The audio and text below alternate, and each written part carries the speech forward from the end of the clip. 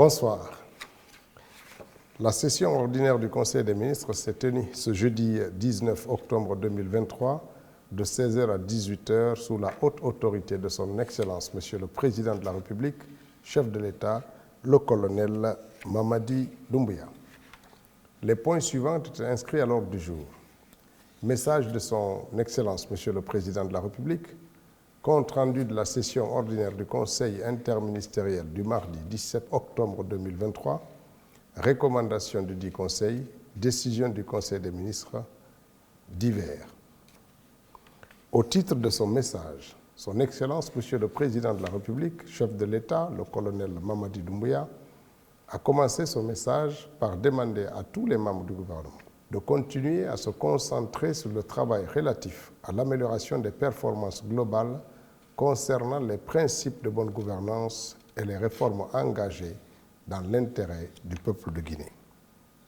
À cet effet, le chef de l'État a encouragé chaque membre du gouvernement de fournir ses meilleurs efforts pour mener à bien les réformes structurelles entamées dans le cadre de la refondation de l'État et de la rectification institutionnelle pour répondre aux besoins de nos concitoyens. Pour ce faire, le président de la République a demandé à tous les membres du gouvernement d'être exemplaires dans la gestion des affaires de l'État et de lutter contre la corruption. Fort de cette conviction, le président de la République n'a pas manqué de rappeler aux membres du gouvernement le principe de redevabilité concernant les actes administratifs pris les membres du gouvernement et les agents de l'État au nom et pour le compte de l'État et qui doivent tenir compte des principes d'objectivité, de transparence et de neutralité des services publics en vue de satisfaire l'intérêt général. Ainsi, après ce message d'ordre général, pour ce conseil du jeudi 19 octobre 2023, le président de la République a porté principalement son message sur le suivi de l'exécution des instructions données en décembre 2022. Séance tenante, à tour de rôle, le président de la République a interrogé en ces termes le ministre de l'Économie et des Finances pour savoir à date où en sommes-nous dans la mise en œuvre du processus de garantie de la transparence et de la réduction du coût de processus de passation des marchés publics.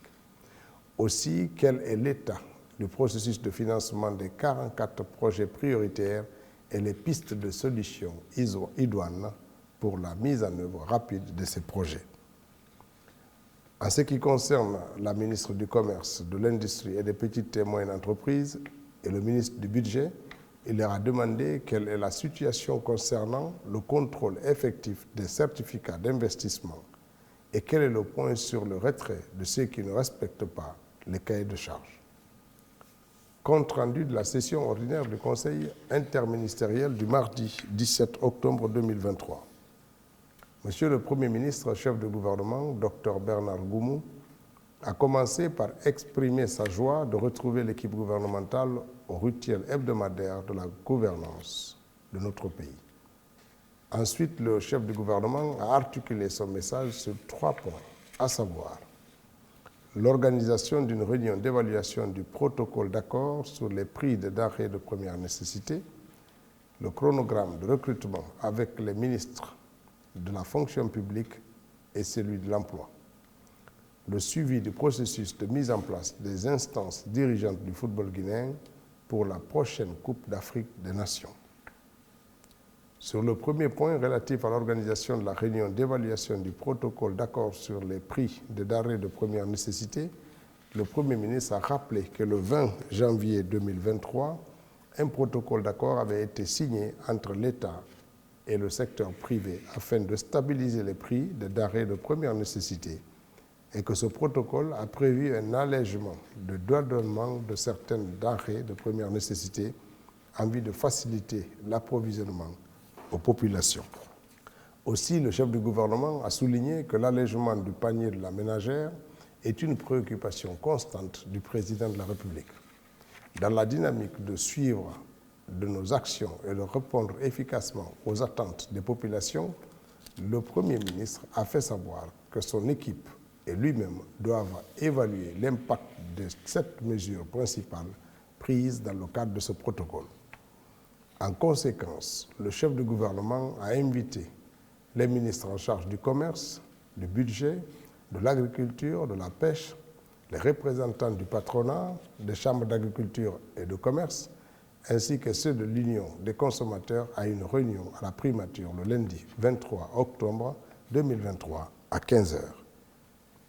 Concernant le deuxième point relatif au chronogramme de recrutement avec le ministre en charge de la fonction publique et celui de l'emploi, le Premier ministre a rappelé que le mardi 17 octobre 2023 était le dernier jour de la date prévue pour la présentation du chronogramme de recrutement national des jeunes diplômés. Quant au troisième et dernier point relatif au suivi du processus de mise en place des instances dirigeantes du football guinéen pour la prochaine Coupe d'Afrique des Nations, le chef du gouvernement a invité le ministre de la Jeunesse et des Sports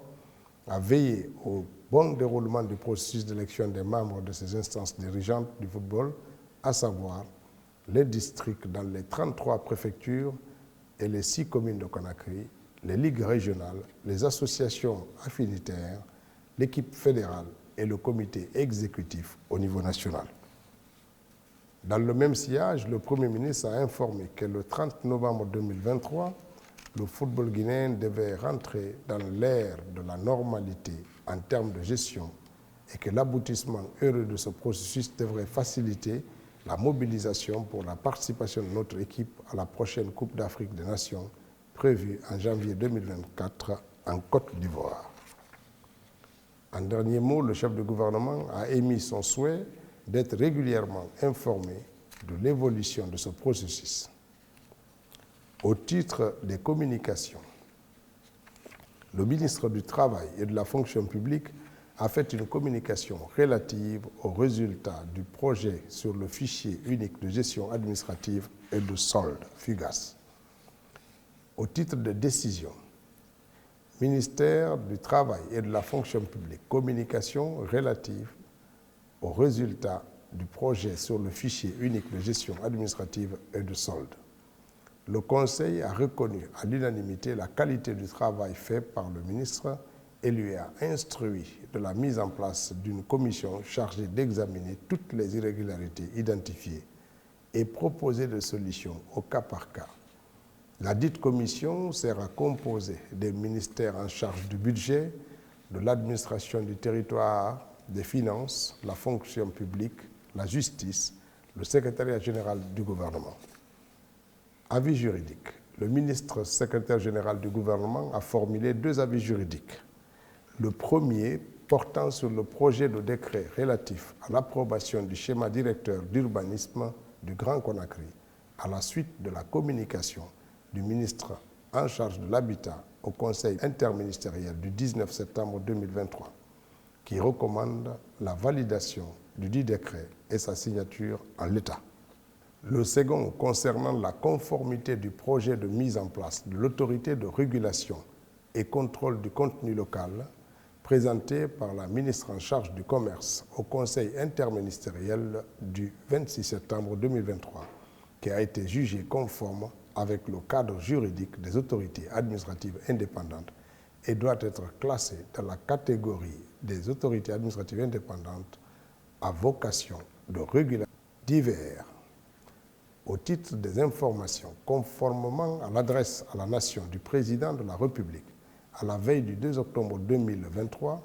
et suite aux instructions du Premier ministre, les ministres en charge de la fonction publique et celui de l'emploi ont présenté les chronogrammes relatifs au programme de recrutement des agents de la fonction publique et dans le secteur privé en vue de leur approbation par le Conseil. Le Conseil a soutenu les chronogrammes présentés par les ministres en charge de la fonction publique et de son homologue d'emploi,